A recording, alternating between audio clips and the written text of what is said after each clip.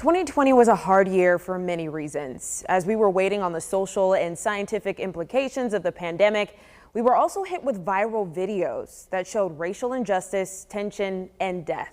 It impacted communities across the nation and flared the embedded issues already happening in Des Moines. We dive in to look at what has happened in the last year to unify our community, the changes in legislation, and police accountability. Summer of 2020, the Des Moines Black Lives Matter movement and community leaders issued 4 demands for change.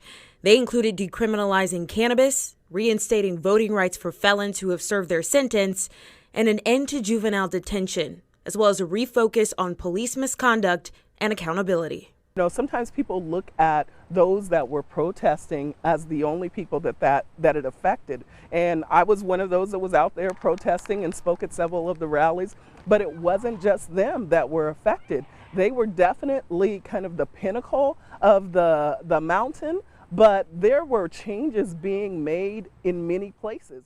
And still are. Betty Andrews, president of the Iowa-Nebraska chapter of the NAACP, says some changes started years in advance in the form of education and racial profiling ordinances in cities across the state. After several lawsuits accused Des Moines police of racial profiling, the city made changes. There are new ways that a person can file a racial profiling claim with the city or state civil human rights department. The city also hired a consultant to assess racial profiling in general in Des Moines. What 2020 did and the movement that George Floyd's death sparked was unveil and pull back the covers on what has already been going on. With the weight of protesters, new community advocates, alliances, and veterans like Betty Andrews and State Representative Akeo Abdul-Samad, new pressure leaned to a bend. Dr. Martin Luther King said the arc of the moral universe is long, but it bends toward justice. And we are also seeing that arc bend toward a more racially diverse society. On June 11, 2020, the More Perfect Union bipartisan bill was passed in Iowa. It bans chokeholds and prevents the rehiring of police officers from out of state who were charged with serious misconduct. The Iowa Capitol Dispatch quotes Abdul-Samad in the chambers on this day, saying in part, "I saw the pain, I heard the hurt, but that's what it took for us to move. But now that we have moved, let us keep moving.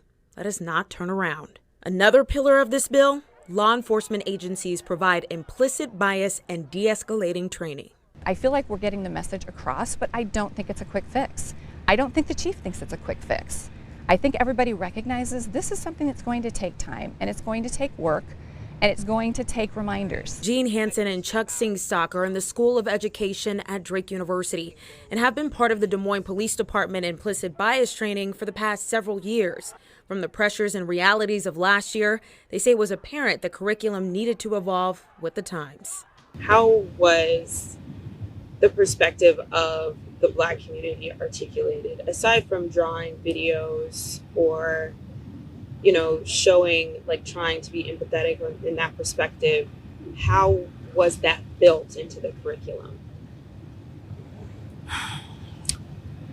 Well, in part, it's because of our facilitator, who happens to be a Black man.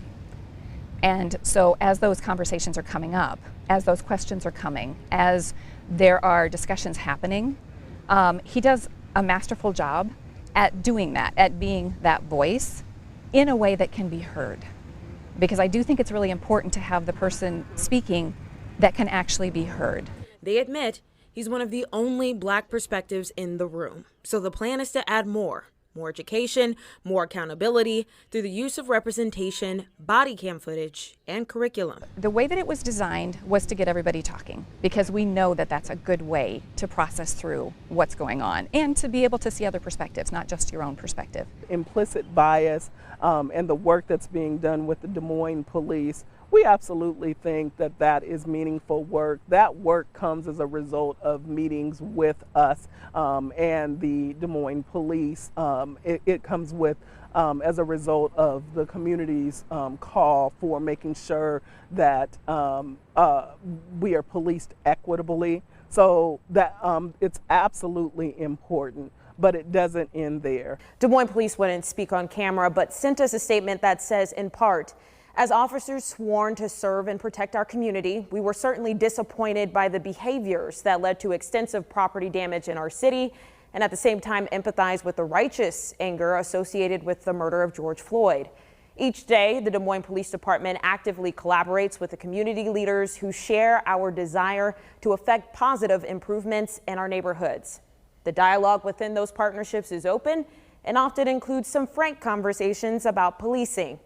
Despite the often biased misinformation shared on social media and by media outlets, our officers remain focused and dedicated to continuing our tradition of serving the city of Des Moines fairly, equitably, and professionally.